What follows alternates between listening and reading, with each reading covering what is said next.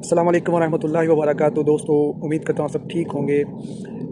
शाहज़ेब मिर्ज़ा साहब हैं जो कि टीएलपी से रिलेटेड हैं, अली भाई के पास भी पॉडकास्ट करने आए थे। वहाँ पे उन्होंने इतराफ़ किया था जी मेरा ताल्लुक़ टीएलपी से काफ़ी अरसे से है, और अब वो जो है वो थोड़ा सा उनसे हट गए हैं या क्या चक्कर है फ़िरका वाहिद को। बहरहाल इसकी कोई क्लैरिटी उन्होंने नहीं दी किसी वीडियो में, शायद मेरी नज़र से ना गुजरी हो। अभी वो टीएलपी में हैं या नहीं हैं इसका कोई सबूत नहीं है, क्योंकि उन्होंने कहीं पे कोई क्लैरिटी नहीं दी।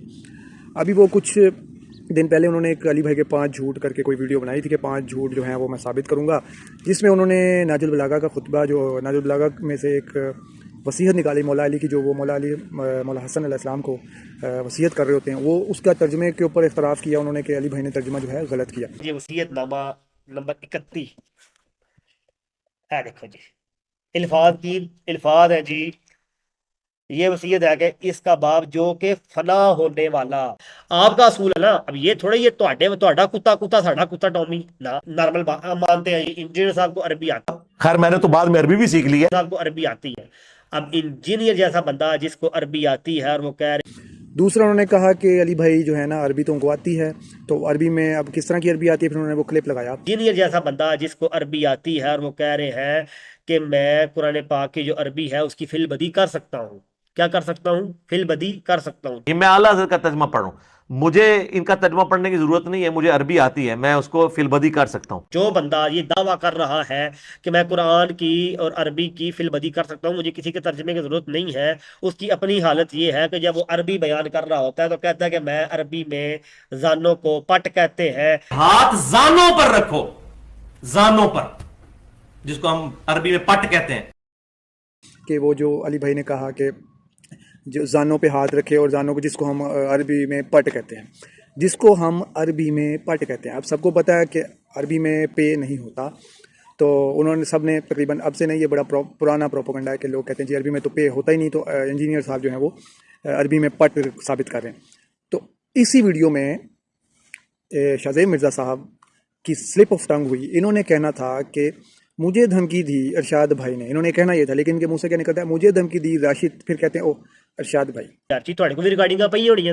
हाँ, मुझे कहा राशिद भाई धमकी दे रहे थे, इरशाद भाई धमकी दे भाई धमकी दे रहे थे इरशाद भाई, इरशाद भाई धमकी दे रहे थे इरशाद भाई, इरशाद भाई धमकी दे। ठीक है, अब इन्होंने हाईलाइट में से वो इनसे नहीं कट पाया, लेकिन आगे वीडियो में इन्होंने वो राशिद नाम काट दिया, इरशाद ही रहने दिया। तो कहने का मेरा मतलब ये है कि जैसे अली भाई ने उस वक्त कहना तो ये था कि जैसे हम कौन है, हम उर्दू हैं, पंजाबी हैं, हम अपनी ज़ुबान के हिसाब से वाले देंगे। अली भाई ने कहना ये था कि जिसे हम अरबी में उर्दू में या पंजाबी में, जिसे हम उर्दू में या पंजाबी में पट कहते हैं, जानों का लफ्ज़ तो अरबी में भी मिलता है। ठीक है, तो अली भाई ने कहना था उर्दू में जिसे हम पट कहते हैं या पंजाबी में हम जिसे पट कहते हैं। अली भाई की स्लिप ऑफ टंग हुई, अली भाई ने उर्दू या पंजाबी कहना था, उसकी जगह अली भाई ने कह दिया अरबी में हम जिसे पट कहते हैं।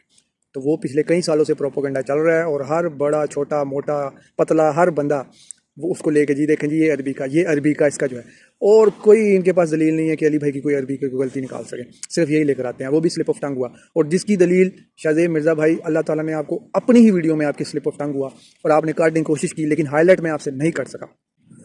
और लास्ट बात मैं करके कंक्लूड करूंगा कि नाजुल बलागा से जो आपने आगे जी वसीयत नामा नंबर 31 है। देखो जी, अल्फाज है जी। ये वसीयत है कि इसका बाप जो कि फना होने वाला आपका असूल है ना। अब ये थोड़ा ये ਤੁਹਾਡਾ कुत्ता कुत्ता साडा कुत्ता टॉमी ना नॉर्मल मानते हैं। इंजीनियर साहब को अरबी आती, मौला अली का जो आपने वसीयत निकाली है, उसमें आपने कहा कि अली भाई ने जो है वो तर्जमा गलत किया है। तो मेरे भाई, अली भाई ने जो तर्जमा किया है वो बिल मफ़हूम किया है, मतलब मफ़हूम को बयान करते हुए किया है।